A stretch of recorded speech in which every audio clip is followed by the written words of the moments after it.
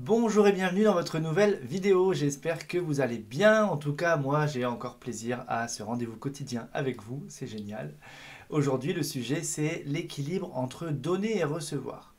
Alors, cet équilibre-là, je sais qu'il n'est pas toujours facile à trouver. C'est comme toujours, on y met d'abord l'intention et puis ensuite les choses vont se régler. Je ne vais pas tant parler des personnes qui reçoivent trop et qui donnent peu, puisque c'est pas trop ça le sujet, même si c'est les points d'équilibre qui est bien, et si vous recevez beaucoup, bah justement, dites-vous qu'il y a peut-être un retour à faire. En tout cas, cette vidéo, c'est surtout pour les personnes qui donnent beaucoup, qui donnent, qui donnent, qui donnent, et c'est tout.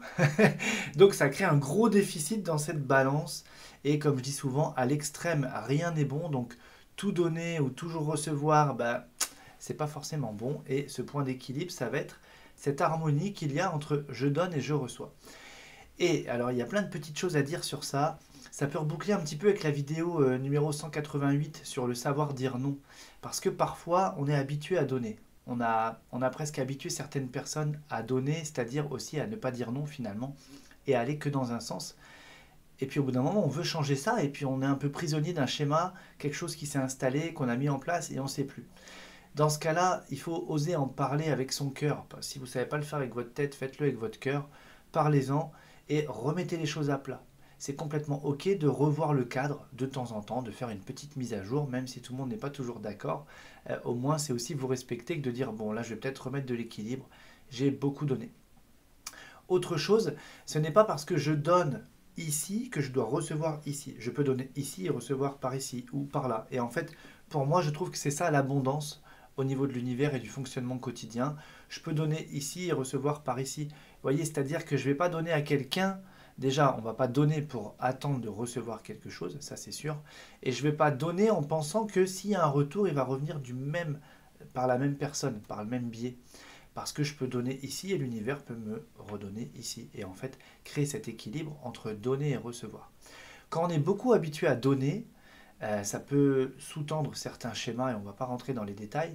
Et parfois, quand on est trop habitué à donner, eh bien, c'est même pas qu'on n'ose pas recevoir, c'est que vraiment on dit non, non, non, non, non, non. Et vous voyez, il y a comme ça des personnes, dès que vous voulez aller vers eux dans leur sens, non, non, non, ça crée de la gêne, surtout pas, etc. Et il y a parfois des gens qui pourraient se fâcher.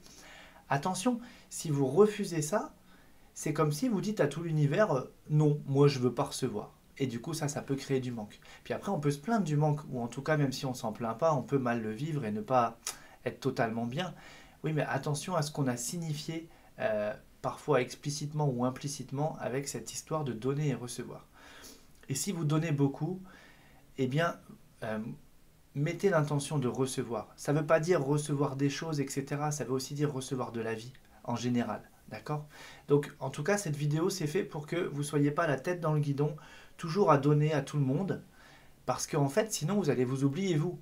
Voyez? Et c'est là où on pourrait reboucler. Il y a une question qui m'avait été posée en off sur justement entre l'amour de soi et l'égoïsme. Voyez? Moi, je dis toujours que l'égoïsme bien placé, je suis complètement d'accord avec ça. Comme on dit, charité bien ordonnée commence par soi-même.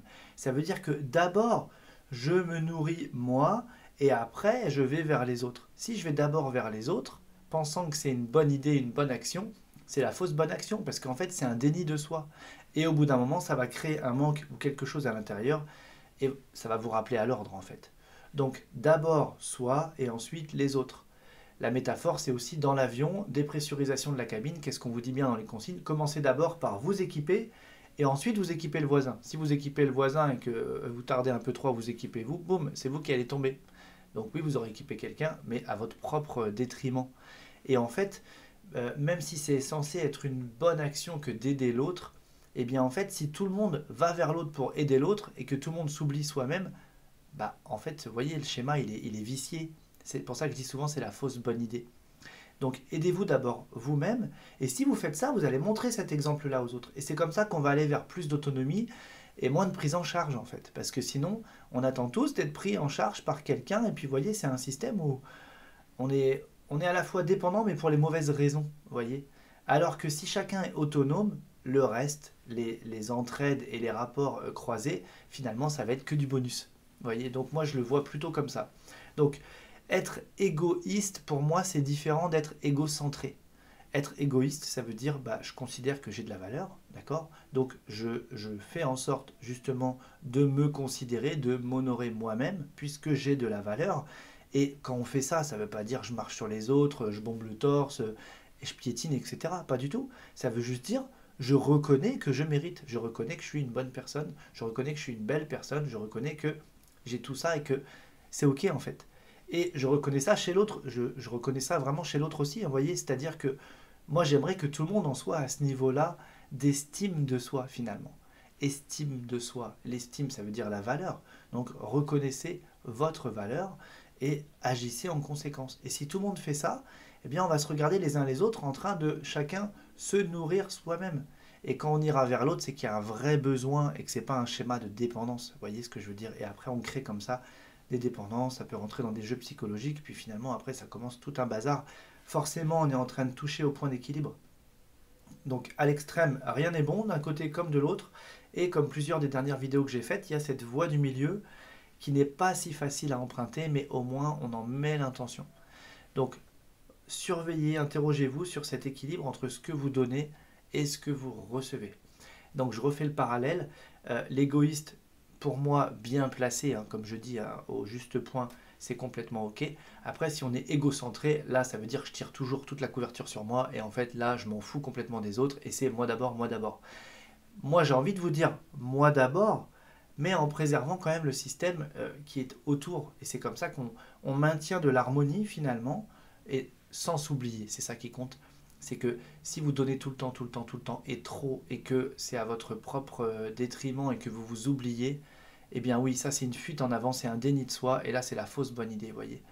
Alors que si d'abord on s'occupe bien de soi, qu'on se sent complet, là on peut ensuite aider l'autre parce que c'est ce qui va déborder et autant que quelqu'un en bénéficie, vous voyez. Donc voilà, c'était une vidéo qui est pas si évidente à aborder parce que finalement il y a plein de petits axes qui sont connexes et qui sont autour de tout ça justement. Donner, recevoir, ça paraît une grande notion, mais finalement c'est pas si facile. Et parfois on va vous dire ah oui mais toi t'es égoïste, tu penses qu'à toi, etc. C'est pas je pense qu'à moi, c'est que je pense d'abord à moi. Et pour moi c'est vraiment ça l'ordre des choses. Vous voyez, contrairement à tout ce qu'on nous a dit, ce qu'on nous a vendu, moi je suis pas vraiment d'accord avec ça parce que ça nous met sinon dans des schémas où moi j'ai observé, hein, bah, voilà, c'est la fausse bonne idée d'aider l'autre. Et puis après, quand on a besoin et qu'on n'a pas, c'est là où le gentil devient méchant. Avec tout ce que j'ai fait pour toi, etc. J'ai toujours été là, et là moi, vous voyez. Donc si on donne trop et qu'en plus on ne reçoit pas, à un moment donné, il peut y avoir un revers. Donc maintenons cet équilibre, chacun regarde ses besoins, nourrit ses besoins, respecte ses valeurs, et ensuite on peut aller aider l'autre. Mais montrer toujours d'abord à l'autre que l'idée c'est d'aller vers de l'autonomie. L'autonomie. Ça ne veut pas dire je veux vivre tout seul, isolé, etc. Ça veut dire je suis autonome pour nourrir mes besoins, ce qui est important pour moi, mes envies, etc. Et je ne compte pas toujours sur l'autre, parce que c'est là où on crée des déséquilibres. Voilà pour cette vidéo, si elle vous a plu, comme d'habitude, pouce en l'air, ça me fait toujours plaisir. Et puis bah moi, je vous dis déjà à demain.